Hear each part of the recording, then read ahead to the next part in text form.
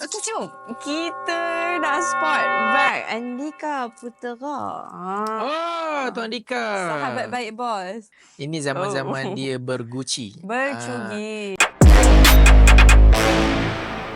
So hari tu masa dia datang podcast kita, saya memang tanya dia, you pakai Gucci ni semata-mata untuk you kena dapat attention ke apa kan? Dia cakap tak, dia memang suka pakai.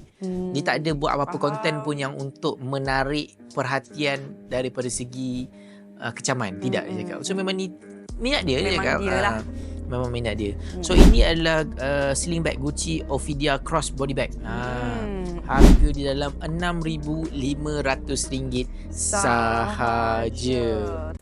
So, korang kalau nak shopping ataupun jual handbag dan juga Rolex, DM kita sekarang. bye!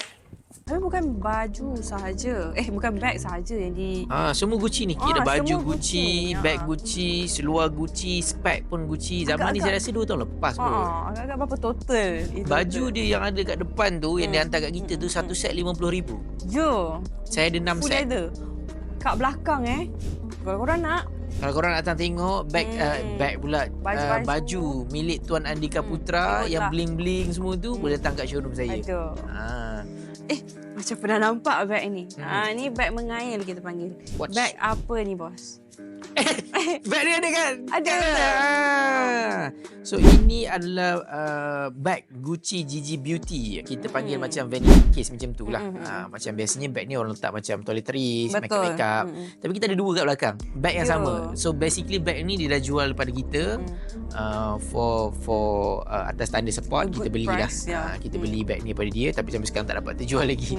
So saya fikir mungkin saya kena letak barang-barang makeup isteri saya. Tapi bukan semalam saya cek bos macam tumpang kejap letak cash kat situ. Tak ada. Kamu jangan fitnah saya, Aisyah. Bukan No. So bag ni kita nak jual pada harga RM2,000 sahaja. Pada asalnya dia beli pada harga RM16,500 sahaja. So whoever yang nak memiliki bag ni sebenarnya cantik lagi. Saya nak jual pada harga RM2,000 je. Dapat strap semualah. Full set bag only lah. Bag only.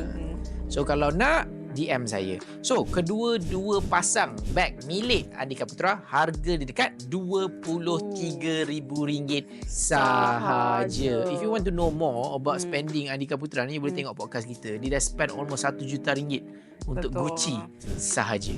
Tekan profil kita sekarang. Jom shopping dan jual melalui Icon Lux. Jimat sehingga 70%, installment serendah RM5 sehari. Jual dan konsign item anda dengan kami. Cepat, DM kita sekarang.